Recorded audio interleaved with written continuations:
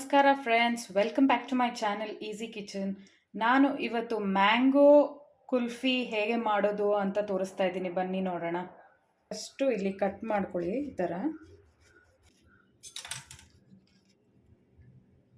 ಈ ಥರ ತೆಗೆದು ಇದ್ರ ಒಳಗಡೆ ಇರೋದನ್ನ ಎಲ್ಲ ಸ್ಟಫ್ ಮಾಡ್ಕೋಬೇಕು.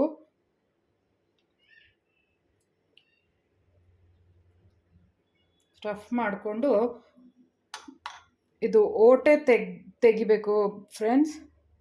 ಓಟೆ ತೆಗೆದು ನೀವು ಇದನ್ನು ಹೀಗೆ ಇಟ್ಕೊಳ್ಳಿ. ನೋಡಿ, ನಾನು ಇದು 2 ಓಟೆ ತೆಗೆದು ಇಟ್ಕೊಂಡಿದ್ದೀನಿ.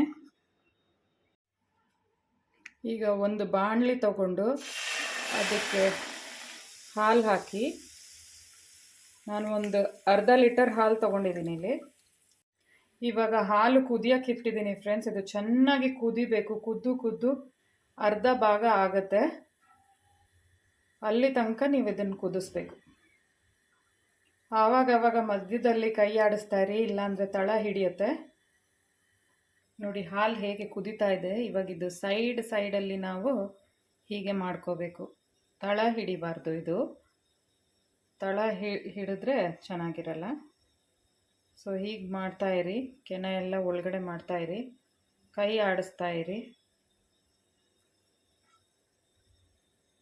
ಇದು ಸ್ವಲ್ಪ ಇನ್ನು ಹಾಲು ದಪ್ಪ ಆಗಿ ಇದ್ರ ಪ್ರಮಾಣ ಕಮ್ಮಿ ಆಗುತ್ತೆ.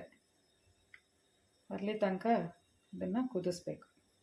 ಇದು ಸಣ್ಣ ಉರಿಲೇ ಮಾಡಬೇಕು. ನೀವು ಹೆಚ್ಚು ಉರಿಲಿ ಮಾಡಿದ್ರೆ ಇದು ಸೀದೋಗುತ್ತೆ ಫ್ರೆಂಡ್. ಅದರಿಂದ ಸಣ್ಣ ಉರಿ ಇಟ್ಕೊಂಡು ನೀವು ಸ್ವಲ್ಪ ಕೈ ಆಡಿಸ್ತಾ ಇರಬೇಕು. ನೋಡಿ, ಇವಾಗ ಇದು ಅರ್ಧ ಭಾಗ ಆಗಿದೆ. ಇದಕ್ಕೆ ನಾನು ಸ್ವಲ್ಪ ಏಲಕ್ಕಿ ಪೌಡರ್ ಹಾಕೋತಾ ಇದ್ದೀನಿ. ಸ್ವಲ್ಪ ಕೇಸರಿ, ನಿಮ್ಮ ಹತ್ರ ಇದ್ದರೆ ಹಾಕೋಬೋದು, ಇಲ್ಲಾಂದರೆ ಪರವಾಗಿಲ್ಲ. ಈಗ ಸಕ್ಕರೆ ಎಷ್ಟು ಸಿಹಿ ಬೇಕೋ ಅಷ್ಟು ಸಕ್ಕರೆ ಹಾಕೋಬೇಕು.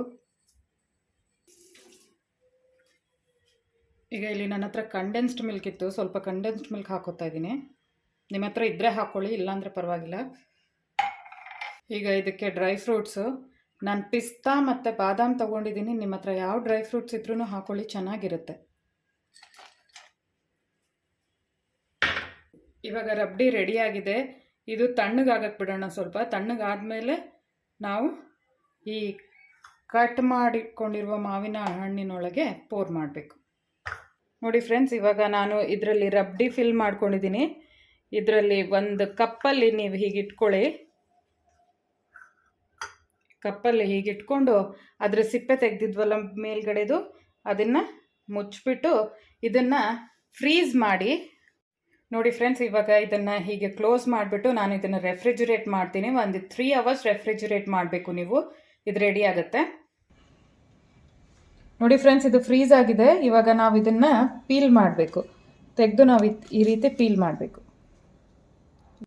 ಈಗ ನೋಡಿ ಫ್ರೆಂಡ್ಸ್, ಇದನ್ನು ಸಿಪ್ಪೆ ತೆಗೆದಿದ್ದೀನಿ. ಫುಲ್ಲು ಸಿಪ್ಪೆ ತೆಗೆದು ಈ ರೀತಿ ಕಟ್ ಮಾಡ್ಕೊಳ್ಳಿ. Thanks for watching. ಇಲ್ಲಿ ತನಕ ನನ್ನ ಚಾನಲ್ನ ಸಬ್ಸ್ಕ್ರೈಬ್ ಮಾಡಿಲ್ಲ ಅಂದರೆ ದಯವಿಟ್ಟು ಚಾನಲ್ನ ಸಬ್ಸ್ಕ್ರೈಬ್ ಮಾಡ್ಕೊಳ್ಳಿ. ಬೆಲ್ ಐಕನ್ನ ಪ್ರೆಸ್ ಮಾಡೋದನ್ನು ಮರಿಬೇಡಿ.